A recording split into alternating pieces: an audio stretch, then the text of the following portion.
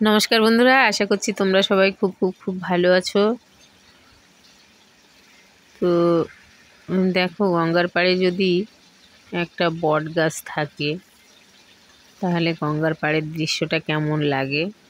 আর সেই ছায়ায় যদি তুমি বসে থাকো, নদীর জল উথাল পাতাল জোয়ার ভাটা দেখতে থাকো, তখন মনটা পবিত্র পরিষ্কার সুন্দর হয়ে যায় না? আর তখন সেই পুরানো সেই ছোটবেলার কথা মনে পড়ে যায়। নদীর ঘাটের পাশে নৌকো বাঁধা আছে, নাইতে যখন যাই দেখি সে জলের ঢেউয়ে নাচে। তো সত্যি, আর গঙ্গা কত স্নিগ্ধ, কত পবিত্র, সেটা গঙ্গার পাশে বসে থাকলে উপভোগ করা যায়, অনুভব করা যায়। তার পাশে আবার দেখো কত সুন্দর মিলিয়ন মিলিয়ন ফুল হয়ে আছে। আর এই ফুলগুলো যদি মিলিয়ন মিলিয়ন ফুটে থাকে, দেখতে কত সুন্দর লাগে। আমরা প্রকৃতিকে যদি খুব সুন্দরভাবে অবজার্ভ করি, দেখি, তাহলে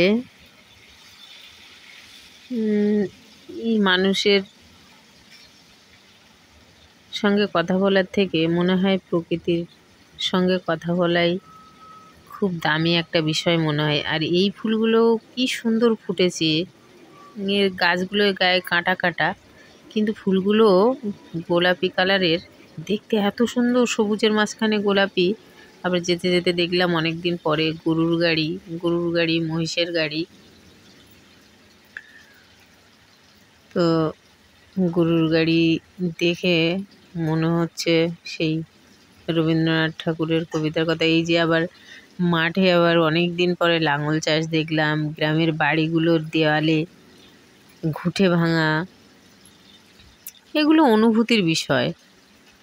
আর এখানেও ওই মাঠটায় ওই ফুলগুলো খুব ফুটে আছে।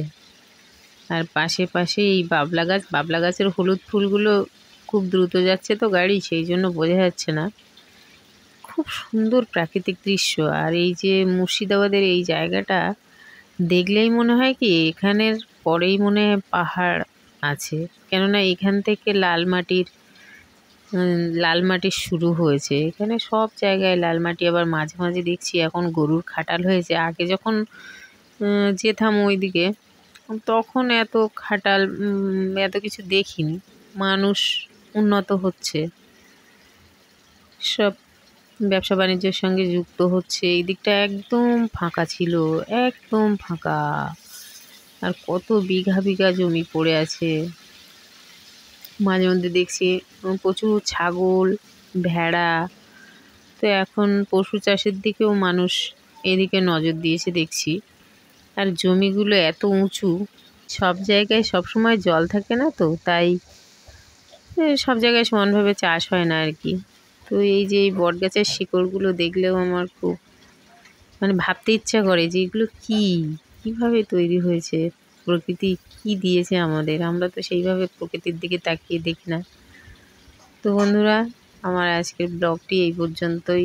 প্রকৃতি যাদের ভালো লাগে, ভালোবেসো। তোমরা সবাই খুব ভালো থেকো, টাটা।